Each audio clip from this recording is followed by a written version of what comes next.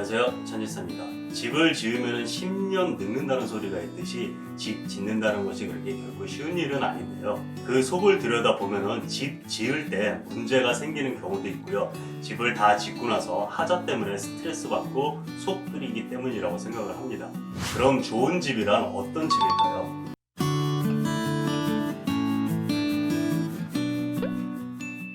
집 외관이 예쁘고 멋있는 집도 물론 매력적이지만 기본적으로 누수가 되지 않고 덥거나 춥지 않은 단열이 잘 돼 있으면 그것만으로도 반 이상은 성공한 집이라고 저는 생각을 합니다. 그럼 누수가 안 되고 단열이 잘 되는 집을 지으려면 어떤 것들을 체크해야 될까요?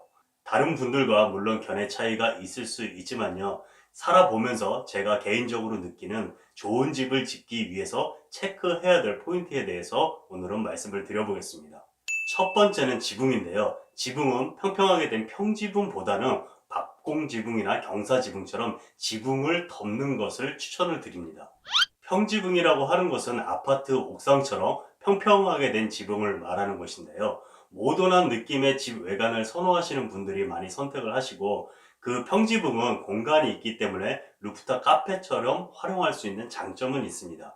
저도 개인적으로는 모던한 느낌을 선호하는 편인데, 모던한 느낌을 선호하는 제가 왜 평지붕을 반대를 할까요? 그거는 바로 누수 때문입니다.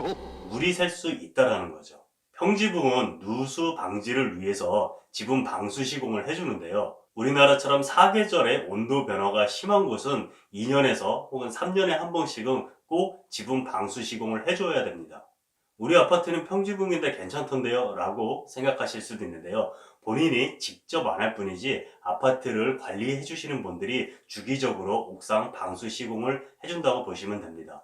주기적으로 방수 시공을 했다고 하더라도 시공이 잘못되면 누수가 발생을 할 수가 있는데요. 제가 전세로 살던 집에도 평지붕이었습니다. 그런데 거기서 누수가 발생을 해가지고 현관 천장 쪽에서 물이 떨어지더라고요. 혹시 경험해 보신 분들은 아시겠지만 그 자리에는 곰팡이도 피고 습하기도 하고요. 집 안으로 물이 새면은 정말 난감해집니다. 또 제 지인의 경우는 평지붕으로 공사를 잘하고 방수 시공도 잘 했는데 누수가 발생을 해서 엄청나게 고생한 적이 있습니다. 거실 천장은 물론이고 벽에도 다 스며드니까 도배도 다 뜯어내고 아예 인테리어 공사를 새로 다 했거든요. 그 비용도 엄청 많이 나왔습니다. 방수 시공까지 잘 했는데 어떻게 누수가 발생을 했냐면요. 평지붕에는 물이 차면 안 되니까 배수가 되라고 배수구를 만들어 놓고 배수구에 작은 철망으로 덮어 놓습니다. 그 배수구 안으로 이물질이 들어가면 막혀버릴 수도 있으니까요. 그런데 가을에 낙엽이 떨어지면서 낙엽 부스러기 같은 것들이 철망에 떨어져서 철망을 막아버린 거예요.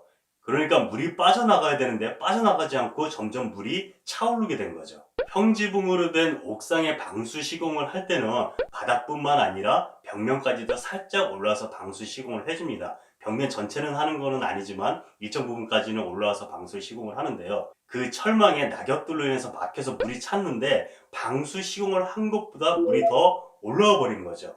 그래서 방수 시공이 안 된 벽에 물이 스며들고 그 물이 밑으로 떨어지면서 거실이며 주방이며 모든 곳이 누수가 발생을 했던 겁니다.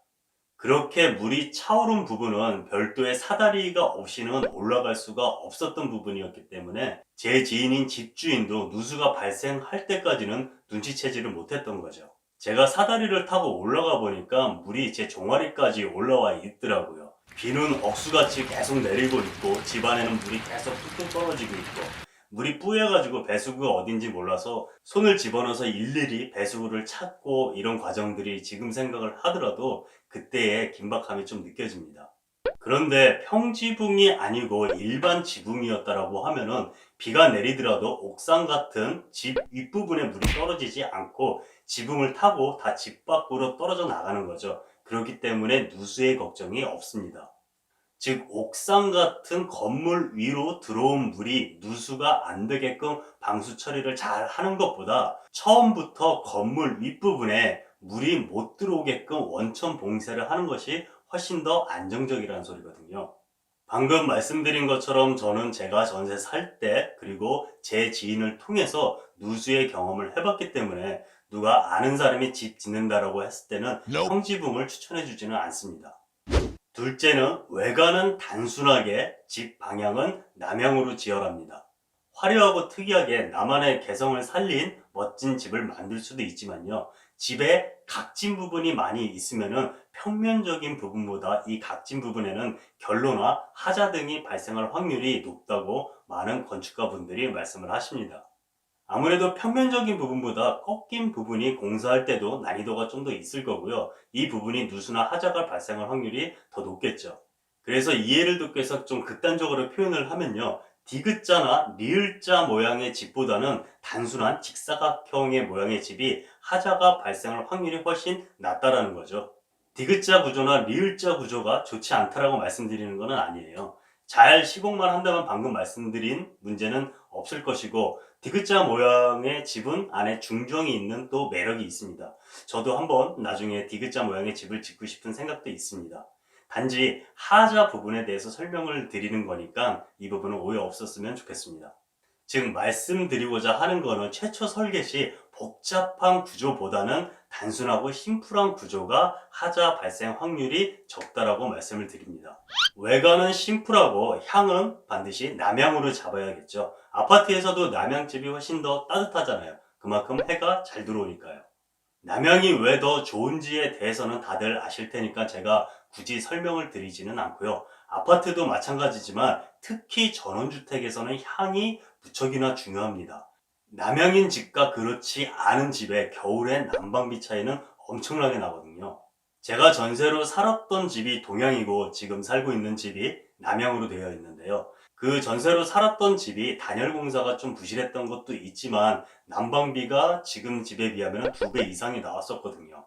그리고 집이 전반적으로 어둡기도 합니다.